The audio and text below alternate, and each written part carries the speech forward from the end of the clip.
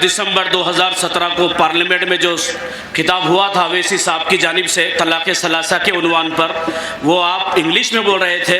बहुत सारे नौजवानों की ख्वाहिश ऐसी है, अगर आप उसका ट्रांसलेशन यहाँ कर देंगे तो इंशाअल्लाह सुकून क़ल्ब हासिल होगा।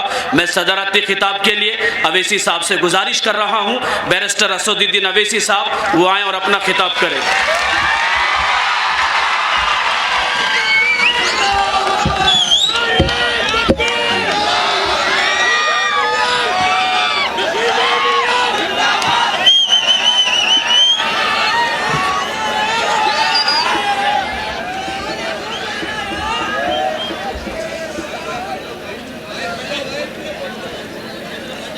औज़ुबिल्लाहि मिनश्शैतानिर्रजीम बिस्मिल्लाहिर्रहमानिर्रहीम अस्सलामु अलैकुम वरहमतुल्लाहि वबरकातुहू।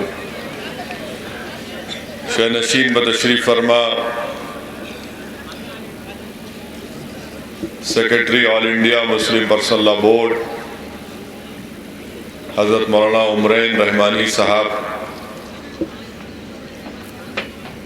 शहनशीन बतशरीफ़ फरमा हज़रत मौलाना मोहम्मद रफ़ीउद्दीन अशरफ़ी साहब, मौलाना रहीमुद्दीन अंसारी साहब, जनाब मलिक मोहतसिम खान साहब, जनाब मुनीरुद्दीन मुख्तार साहब, हज़रत मौलाना औलिया हुसैनी क़ादरी साहब, मुफ्ती शेख महबूब हसन क़ासमी साहब, मुफ्ती अब्दुल तालिब क़ासमी साहब, दीगर मोअज़्ज़िज़ उलमाए किराम, मशाइख़ीन उज़्ज़ाम, नांदेड़ शहर के मेरे मजलिस इत्तेहादुल मुस्लिमीन के सदर जनाब मुखीद साहब, औरंगाबाद के मजलिस इत्तेहादुल मुस्लिमीन के एमएलए मोहतरम जनाब इम्तियाज़ जलील साहब, मेरे गयूर नौजवानों बुज़ुर्गान मिल्लत, अज़ीज़ दोस्तों और बुज़ुर्गों, आपने और हमने तमाम हमारे मुअज़्ज़िज़ उलमाए किराम की बसीरत अफ़रोज़ खिताबात को सुना और अल्हम्दुलिल्लाह उन तमाम ने बेहतरीन बातें हमारे सामने रखी कि कैसे हम शरीयत पर अमल करें, कैसे हम शरीयत को अपनी तबीयत पर गालिब करें, कैसे हम माशरे की बुराइयों का ख़ात्मा करें और कैसे हम मुल्क के मौजूदा माहौल में किस तरह की राय और हिकमत अमली को इख्तियार करें। मौलाना उमरैन साहब ने इस बात की तरफ हम तमाम की तवज्जो करवाई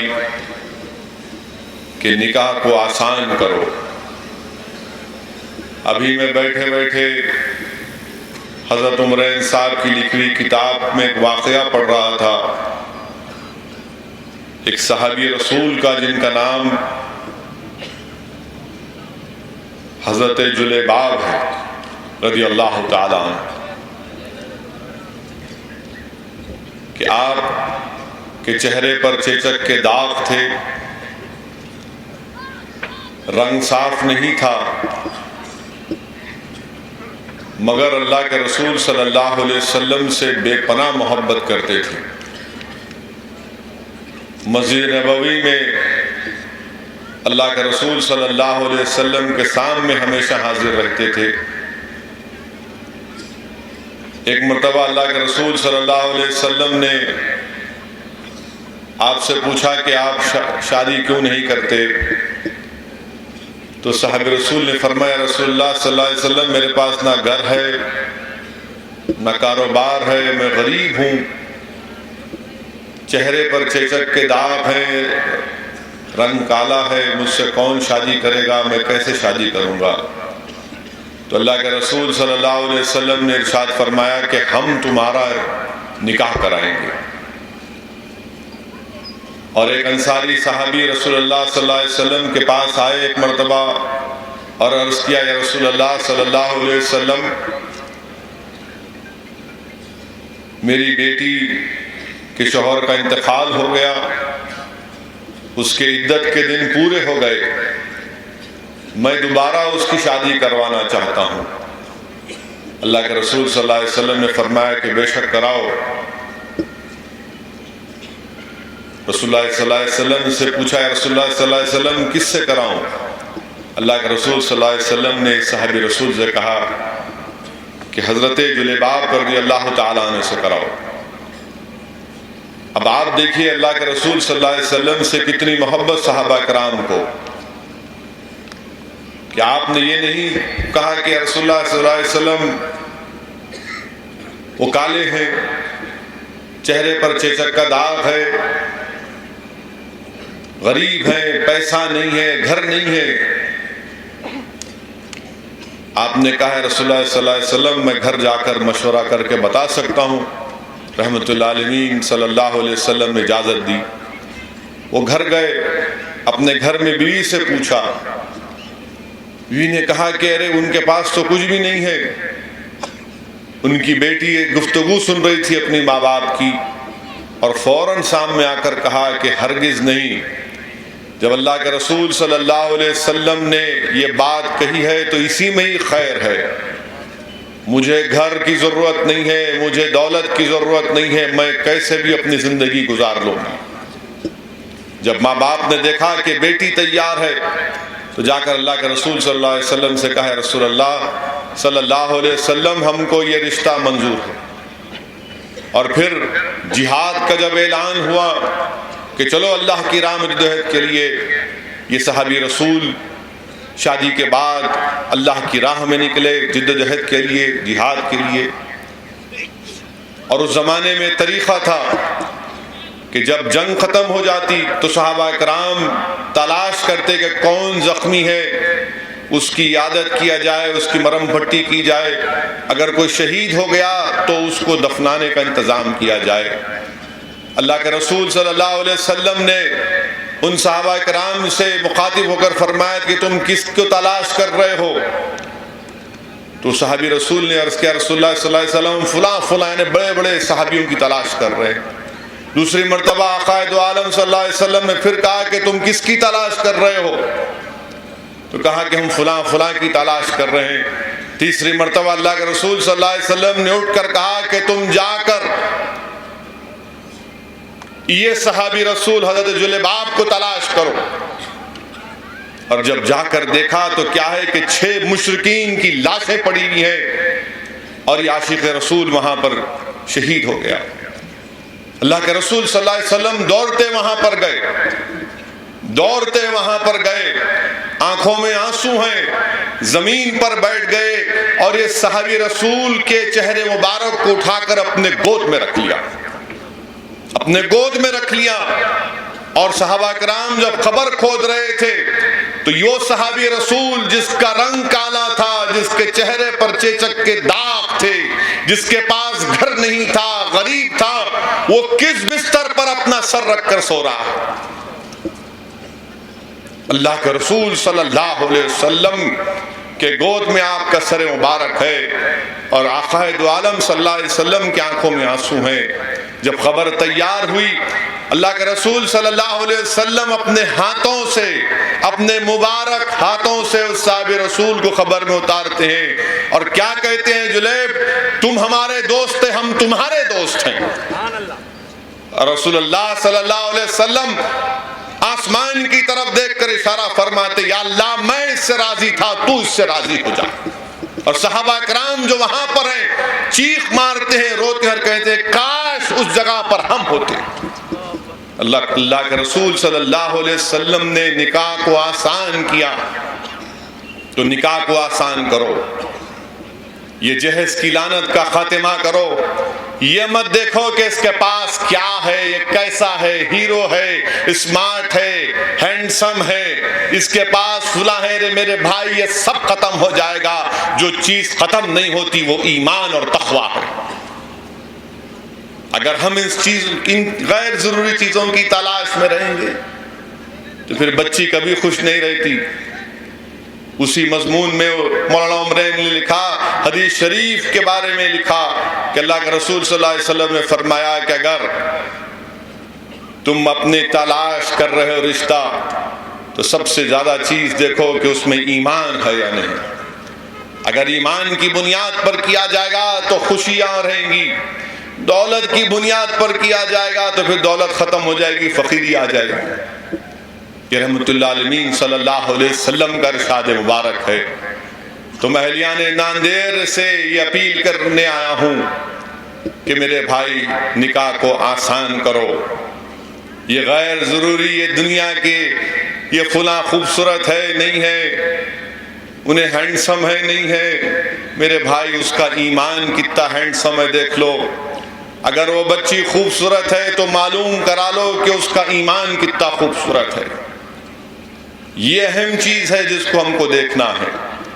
दूसरी बात कि आज अभी मौलाना ने कहा कि मेरी पार्लियामेंट की तकरीर का वह अंग्रेजी में हो गई, उर्दू में उसकी चंद बातें करूं। मेरे भाई, मैं ये समझता हूं कि आज हमारे वजीर आजम ने अपने हमेशा की वो बोरिंग मन की बात आज की कि आदमी थक जाता, कान पक जाते, मगर हमारे वजीर आजम मित्रों थकते नहीं। अपनी बात बोलूंगा सो बोलूंगा। 2018 शुरू हुआ तो वजीर आजम ने कह दिया, सुनो मेरी मन की बात। मन की बात में वजीर आजम ने आज जिक्र किया कि बिहार में जहेज के खिलाफ एक इंसानी जंजीर बनाई गई। हिंदुस्तान के वजीर आजम, इंसानी जंजीर तो बन गई जरूर बिहार में, मगर वही बिहार में वजीर आजम 3000 बच्चों की, मर्दों की जबरन शादी हो गई। कैसे हुई? जिसको बिहार में पकड़ाओ शादी बोलती है, को अच्छा बच्चा दिखा उसको बंदूक लगाते, चल शादी कर। एक साल में 3000 हो गई वजीर आजम। और एक वीडियो मुझे कोई भी जाए, उसमें एक नौजवान पढ़ा लिखा बच्चा है, उसको बंदूक लगा के बोल रहे शादी कर, रो रहा, उन्हें खूब हिचकियां लेकर रो रहा। तो पीछे से आवाज आई, क्यों रो रहा, शादी तो करा रहे ना थे, ये पकड़ावा शादी के बारे में नहीं बोले। 3000 बच्चों की शादियां हों। वजीर आजम बोले डौरी के बारे में, हिंदुस्तान के वजीर आजम आप हमारी बहनों के लिए इंसाफ के लिए कानून बनाने जा रहे हैं ना, ठीक है, क्योंकि आपने आज मन की बात में हमारे भी मन की बात अब हमको करना पड़ेगा। सुनो आप, 2005 से 2015 तक 88,467 हिंदुस्तान में महिलाओं की मौत हुई। किस बुनियाद पर हुई? जहेज के नाम पर इन महिलाओं की मौत हुई। या तो इनके ससुराल वाले मार दिए या फिर वो लोग जो अपनी जान ले दिए। उसका एवरेज निकालेंगे आप 2005 से 2015 तक, तो रोज 22 औरतें अपनी जान दे रही थी जहेज के लिए। 2016 में 1355 हिंदुस्तानी महिलाओं की मौत हुई है सिर्फ जहेज के नाम पर। वजीर आजम, हिंदुस्तान में कानून है जहेज का, एंटी डाउरी एक्ट है, क्या हुआ? इन औरतों की अमवात में कमी आई? कानून तो हम बना दिए, कहां मालूम हुआ कि माशरे की बुराइयों का खात्मा कानून बनाने से नहीं, ये जो मर्द और वो जो ससुराल वाले इंसान नहीं बल्कि हैवान बन चुके हैं, उनको इंसान बनाना है। कौन बनाएंगे? कौन बनाएगा उनको इंसान? मेरे भाई, फिर आपको जानकर ये भी हैरत होगी कि फैमिली हेल्थ सर्वे आया 2015-16 का गवर्नमेंट ऑफ इंडिया का। उसमें बात कही गई कि 31% हिंदुस्तानी शादीशुदा औरतें ऐसी हैं जिनको जिस्मानी तौर पर मारा गया, इमोशनल वायलेंस का भी शिकार हुए। कानून है ना, तो फिर क्या करेंगे कानून लेके? कानून है मगर औरत पर इसका कितना असर पड़ रहा है। दिल्ली में निर्भया का हमारी एक बच्ची की अस्मत रेजी हुई, हमने कानून बनाया कि जो कोई किसी हिंदुस्तान की बहन की हमारी इज्जत लूटेगा उसको कैपिटल पनिशमेंट देंगे। मगर वो कानून बनाने के बाद भी हमारे मुल्क में 2 घंटे में 5 औरतों की इज्जत लूटी जाती है। कानून बना दिए, क्या कानून का असर पड़ा? कानून का कोई असर पड़ा? कहां पड़ा? वो डर रहा नहीं है। वो जो मर्द हैवान बन चुका है उसको कानून का डर नहीं है। अरे उसके दिल में से अगर अल्लाह का या खुदा का या भगवान का अगर खौफ निकल जाता है तो फिर वो तो इंसान को क्या नहीं करेगा। कानून बनाने से माशरे की बुराइयों का खात्मा नहीं होता। मगर हमारे वजीर आजम को ये बात समझ में नहीं आती। उन्होंने बोलते मैं जो बोल दिया वही सही, क्योंकि मुझे सब चीज मालूम, मैं हर दवा का मर्ज हूं। उनके पास एक गोली है, सुना कि वो बोले ये गोली लगाओ दवा खत्म, मर्ज खत्म। अब जब आपने सुना कि हमारे मुल्क में 24 लाख ऐसे शादीशुदा खवातीन हैं जो अपने शौहरों के साथ नहीं रहते, हम इलेक्शन कमीशन को नॉमिनेशन दाखिल करते हुए लिखना पड़ता कि असदुद्दीन ओवैसी की बीवी है, एक ही है माशाल्लाह, बीवी है, नाम ये है, बच्चे हैं माशाल्लाह अच्छे, पेट भर है, आबादी में इजाफा हो रहा नहीं मालूम, लिखना पड़ता। सब लिख के देते। हम ये पूछना चाह रहे कि जब आप लिख के दे रहे तो हमारी भाभी दिल्ली में क्यों है, गुजरात में क्यों बैठी हुई है? हमारी भाभी को दिल्ली में रहना चाहिए महारानी बनकर, मगर नहीं, हमारी फिक्र। अरे पहले घर में चिराग करो, बाद में बाहर रोशनी करो। घर में अंधेरा है, इन्हों निकले सारी दुनिया में रोशनी करने के लिए। और मेरे भाई आप देखे, अमेरिका गए थे वजीर आजम, ट्रम्प से मिले, मिलते की लपटे, फिर मिले दिन में फिर लपटे, फिर शाम में मीटिंग फिर लपटे, वापिस आ रहे फिर लपटे लपटे लपटे। मेरे को एक प्रेस वाले पूछे ये क्या है किस्सा, मेला सुनाते टीवी पे? बोले नहीं अब तुम अलग बोलो। मेला ऐसी होता, घर में लपटने वाला नहीं रहे तो जो मिला लपटते उसको।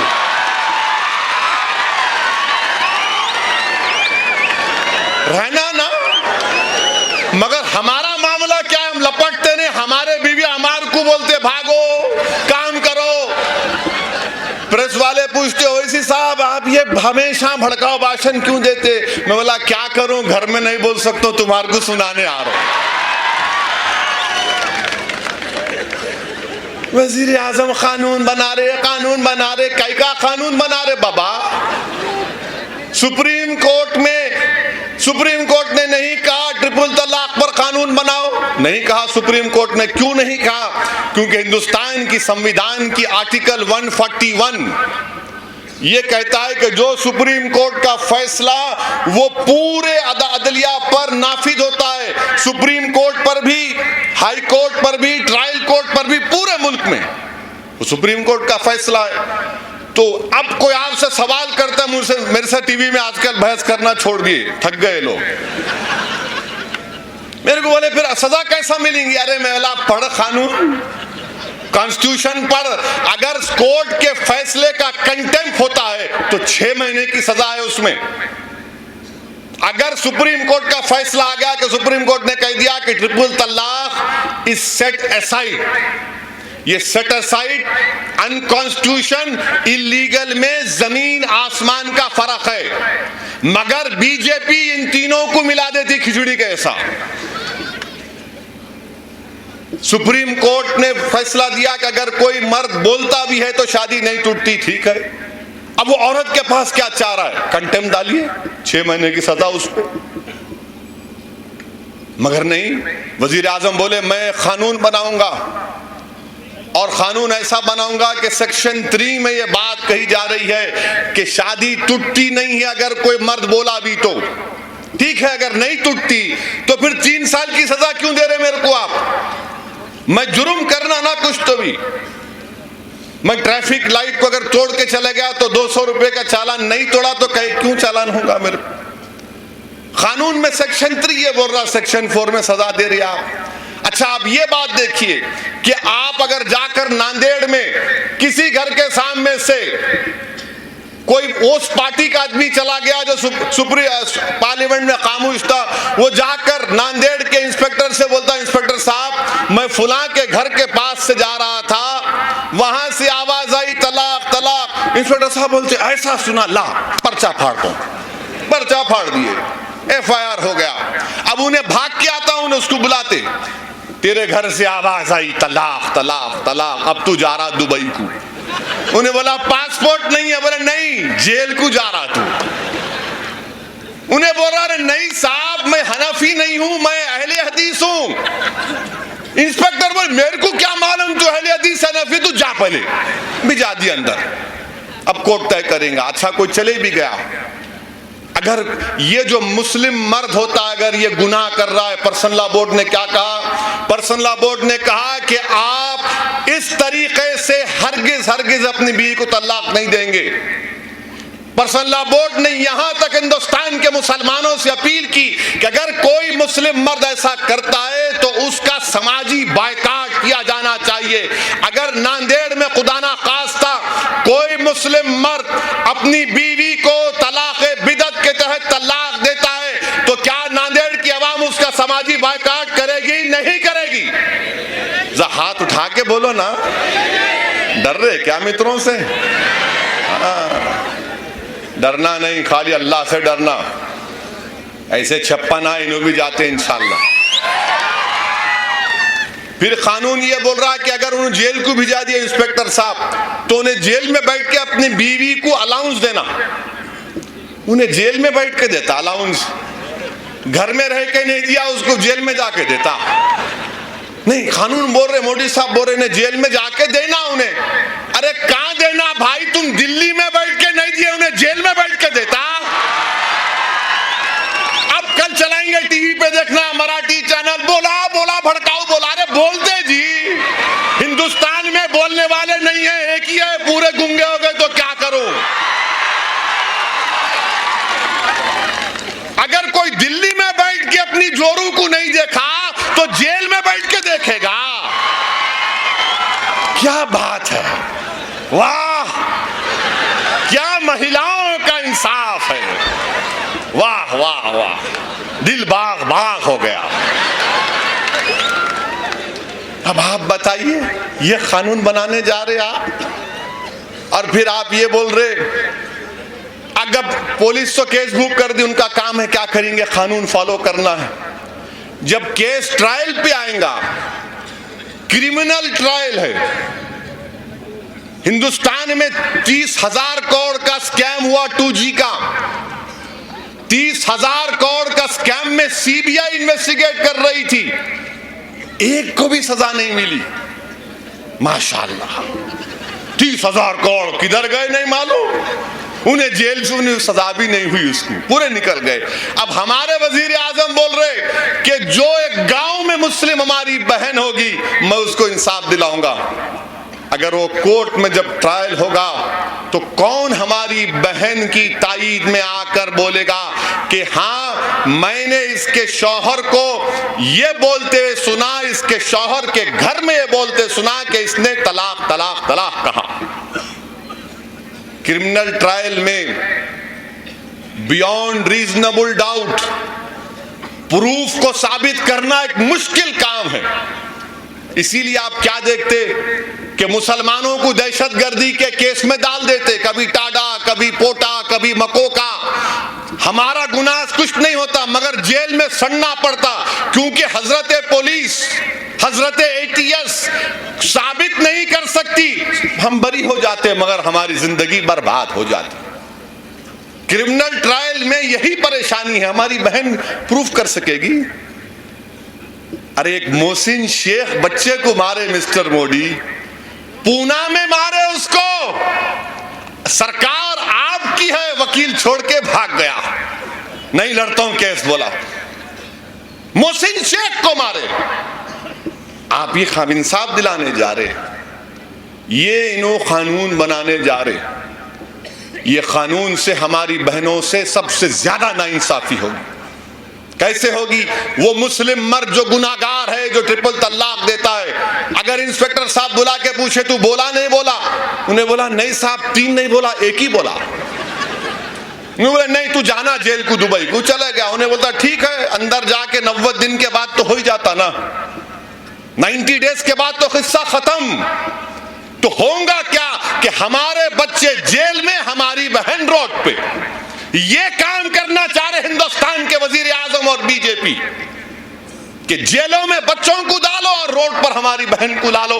अगर इतना आपको मोहब्बत है, मैं आज भी चैलेंज कर रहा हूं हिंदुस्तान के वजीर आजम को, कह रहा हूं मिस्टर मोदी, आप इस बजट में जो 1 तारीख को पेश होने जा रहा है, आप उन मुस्लिम महिलाओं से अगर मोहब्बत का दावा करते हैं, इंसाफ की बात करते हैं, तो ये नांदेड़ का मजमा आपसे इस बात का बल्कि मुतालिबा नहीं, आपको चैलेंज करता है कि आप आने वाले बजट में 2000 करोड़ का प्रावधान करो, और अगर कोई भी मुस्लिम महिला को ऐसा गुनाहगार मर्द छोड़ता है तो आप 15,000 रुपये महाना देंगे। ऐलान करो, चलो देखते।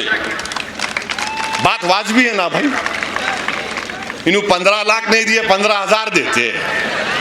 मैं बोल रहा हूं 15 लाख नहीं दिए, 15,000 दे दो।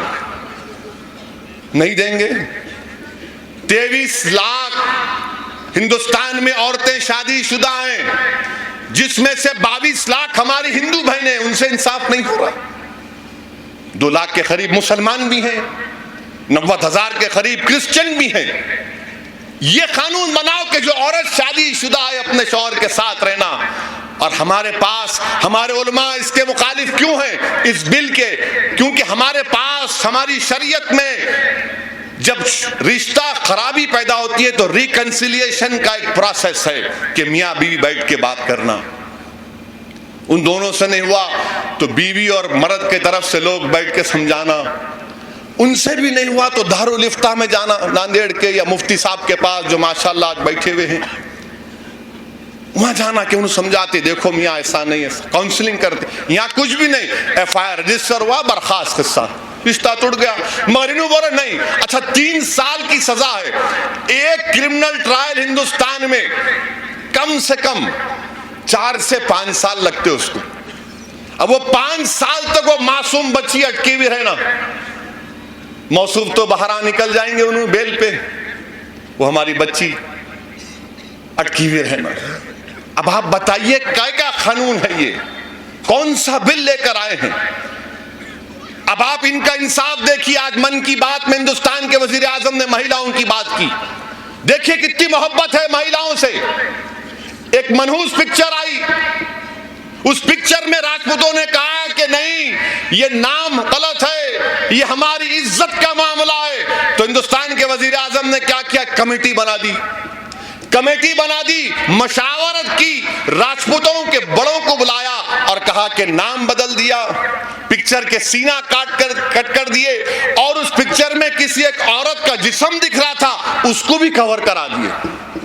और जब हमारा बिल का मामला आया तो ना मुस्लिम पर्सनल लॉ बोर्ड जो सुप्रीम कोर्ट में पार्टी थी उनसे नहीं पूछा गया, ख्वातीन की तंजीमों से नहीं पूछा गया, मुल्क में इसकी डिबेट नहीं करवाई गई। खुद वजीर आजम की कैबिनेट में 2 मुस्लिम वजीर हैं, उनको एक कमेटी बनाई, उसमें उनको शामिल नहीं किया गया। मगर हिंदुस्तान के वजीर आजम अपने आप को अल्लामा मोदी समझ रहे हैं।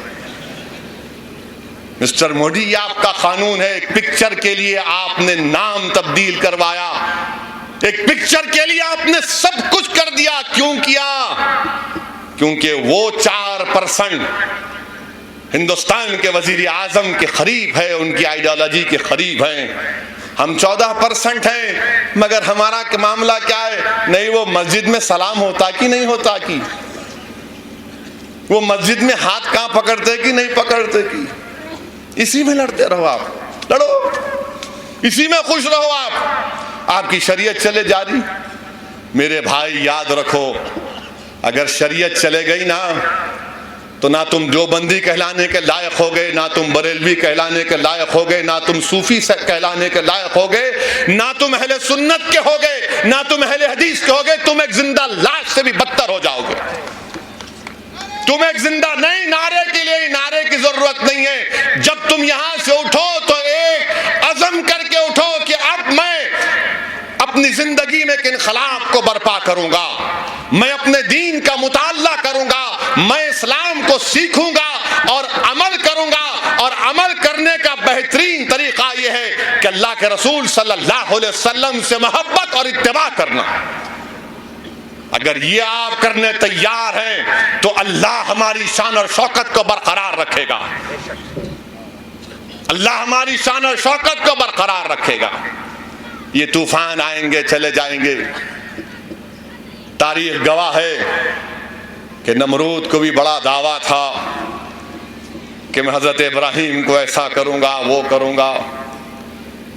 और जब अल्लाह ने मच्छरों का काफिला नमरूद पर भेजा तो पूरे आसमान पर मच्छर थे। अगर थोड़ी देर के लिए आला उठने लगाए तो रात में नींद नहीं आती। पूरे मच्छर आए और अल्लाह ने एक लंगड़े मच्छर से कहा कि नमरूद की नाक के अंदर से भेजे में घुस जा। भेजे में घुस गया लंगड़ा मच्छर और कई साल तक, उलमा मौजूद, पूछो आप, मैं झूठ नहीं बोल रहा हूं, ये भड़काऊ बादशाह नहीं, हकीकत है, ये फैक्ट है। मैं हमेशा सच ही बोलता हूं, जरा उसको ऐसा करके बोलता हूं, गुगली डालता हूं, बाद में समझ में आता बीजेपी को। तो बहरहाल मच्छर रहा, भेजा खाते रहा, अल्लाह उसको इख्तिदार पे रखा, निकाला ने अल्लाह। लोग बोलते हैं इलेक्शन जीत रहा, वो जीत रहा, बोले खत्म ही नहीं हो रहा, वहां जीता यहाँ जीता। रे मेरे भाई, उन्हें भी था इख्तिदार पे, उन्हें भी था इख्तिदार पे। और जब ऐसा वक्त आया नमरूद के पास कि जो कोई बादशाह से मिलने आता उसके दरबार का आदाब ये था कि पहले बादशाह को सलाम नहीं करना, आते कि सर पे दो भैरी मारना, पड़ पड़, दो भैरी मारना कान पे, उसके बाद बादशाह सलाम अलैकुम, हाउ आर यू। ये उसका दरबार का आदाब था कि पहले आते कि सर पे दो दबा के कान भैरी, खींच के फटा फटा, उसने बोला अच्छा दिखा। अब हम भी दुआ करते कि आपको भी 180 साल की उम्र मिले,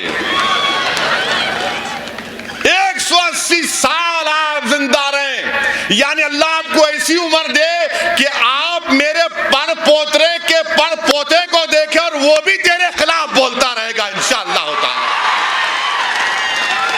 मेरे भाई, ये काम हो रहा है, डरने और घबराने की जरूरत नहीं है।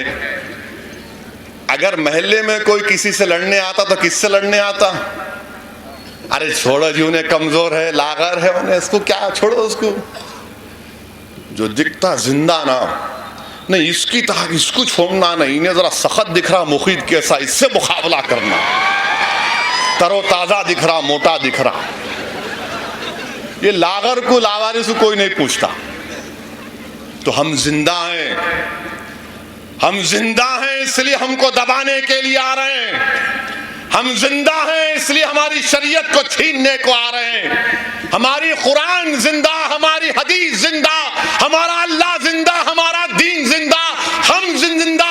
और हम जब तक जिंदा उस वक्त तक दुनिया आबाद, हम नहीं तो दुनिया भी नहीं। मित्रों याद रखो, ये दुनिया कायम है हमसे।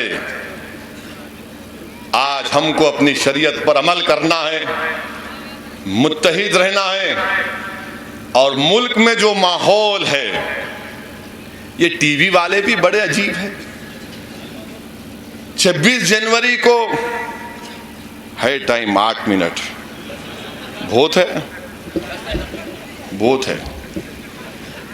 खामखा मौल साहब डर रहे थे, साहब आपका टाइम मिला, कोई बात नहीं, मिनिमम टाइम में मैक्सिमम बात हम करते। 26 जनवरी को काशगंज उत्तर प्रदेश में मुसलमान जो है अब्दुल हमीद चौरस्ते पे झंडा लगाने जा रहे हैं, झंडा तिरंगा लहराने जा रहे। गरीब मुसलमान सब पैसे दिए, दो चंदा करे, भाई लगाना है, आज यौम जमहूरिया है। तो अचानक वहां पर एबीवीपी का जुलूस आ गया। अब आप देखिए, फर्क देखिए, हम तिरंगा लहरा रहे, उनके हाथ में तिरंगा भी है और भगवा भी है। हमारे हाथ में क्या है? ओनली तिरंगा। आए और आके बोले हटाओ कुर्सियों को। इंडियन एक्सप्रेस अखबार की रिपोर्ट है, आईजीपी ध्रुवाकांत ठाकुर ने इंडियन एक्सप्रेस को कहा कि मुसलमान अपना झंडा लहरा, हिंदुस्तान का झंडा लहराने जा रहे थे। अचानक ये लोग जुलूस में आए और आकर बोले कि जाएंगे तो यहां से जाएंगे, हिंदुस्तान में जिंदा रहना है तो फुला फुला बोलना पड़ेगा, मुंह में गैलरी बगल में पान, तुम भागो मुल्ला पाकिस्तान का नारा लगाए। नारा लगाए, वीडियो है उसका, देखो, मैं झूठ नहीं बोल रहा हूं। हम ये पूछना चाहते हैं हिंदुस्तान के वजीर आजम, आप तो एनसीसी के बच्चों से कहा कि इख्तलाफ हो सकता है मगर यूनिटी पे कोई कॉम्प्रोमाइज नहीं हो सकता, तो पर ये यूनिटी पे कॉम्प्रोमाइज कौन कर रहा है मिस्टर प्राइम मिनिस्टर? ये पूरे के पूरे तो आपके लोग हैं ना, ये आपकी सोच के हिंदुत्व आइडियोलॉजी के लोग हैं जो हमको तिरंगा लहराने भी नहीं दिए। उत्तर प्रदेश में आपकी सरकार है और सरकार सो रही थी, योगी सरकार सो रही थी, जुलूस बाज़ाब्ता वहां पर आया। जब वहां से चले गए तो रीग्रुप होकर आकर गड़बड़ की और नतीजे में क्या हुआ? एक मासूम बच्चे की जान चले गई जिसका नाम चंदन गुप्ता था। मैं मजम्मत करता हूं इस बच्चे की मौत पर। यकीनन उसकी मां की तकलीफ का अंदाजा कोई नहीं कर सकता जिसने अपने बेटे को खोया होगा। मैं मजम्मत करता हूं कि एक नौशाद, एक लेबर को, एक गरीब आदमी को, मजदूर को पैर में गोली लगी और मोहम्मद अकरम जो गाड़ी में जा रहा था, उसकी बीवी हामिला है, उसकी गाड़ी में इतना मारा कि उसकी आज डॉक्टर कह रहे हैं कि उसकी एक आंख चले जा सकती है। अब बताइए फिर उत्तर प्रदेश में राज तो आपका है मिस्टर मोदी, क्यों आपकी सरकार सो रही थी काशगंज में? कोई जवाब नहीं है।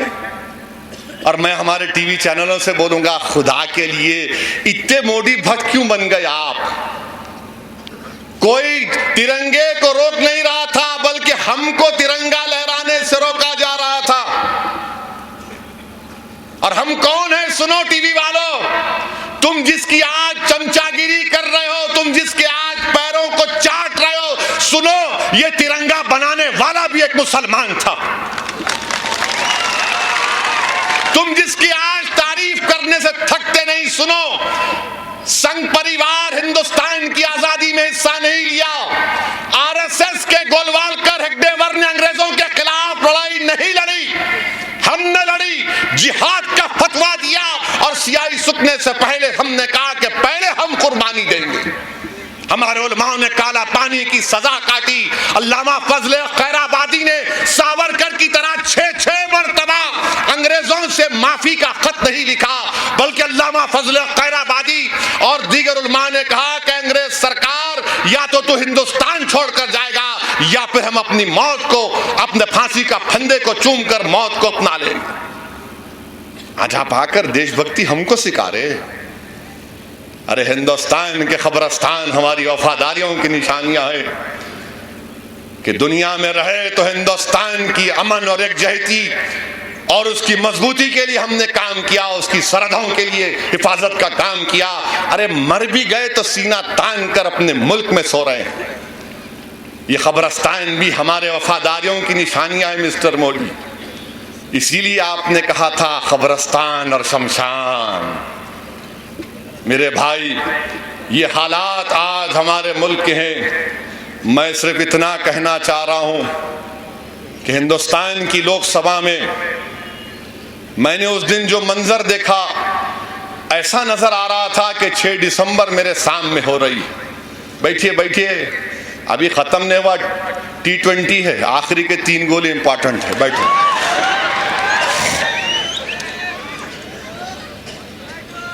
ऐसा नजर आ रहा था कि 6 दिसंबर का मंजर पेश कर रहा था कि कैसे हमारी मस्जिद की ईंट से ईंट शहीद कर दी गई थी। कोई सुनने तैयार नहीं है। मैं सबके पास गया, मौलाना उमरैन गवाही दे सकते कि पर्सनल लॉ बोर्ड ने पूरे MP को ईमेल किया कि गलत है, गैर दस्तूरी है, शरीयत के खिलाफ है, औरतों के खिलाफ है, मगर कोई नहीं। मैं अपनी जानिब से हर सेकुलर पार्टी के लीडरों के पास जाकर कहा कि भाई साहब देखो गलत है, देखो बहन गलत है, मगर सब खामोश बैठे थे। क्यों खामोश बैठे थे मालूम आपको? इसलिए खामोश बैठे थे कि अगर तुम्हारी तायीद करेंगे, तुम्हारी शरीयत की हिफाजत करेंगे तो हिंदू वोट नहीं मिलेगा। यह आज हमारा मौक़िफ़ हो। और वो जो हिंदुस्तान की लोकसभा में जो 4% मुसलमान चुनकर आए, उन 4% में सिर्फ 4 ने मुखालिफत की।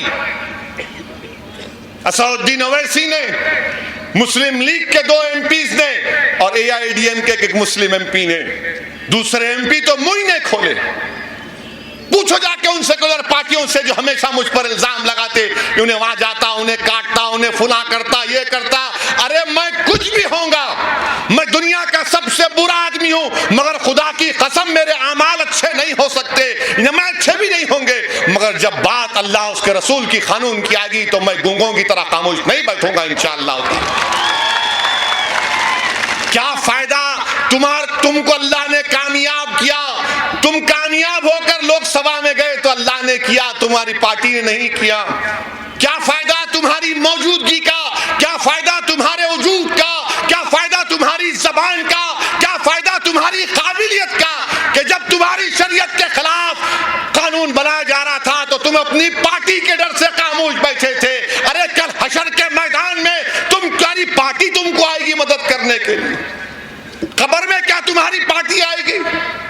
कब तक तुम गुलामी करोगे इन सेकुलर पार्टियों की?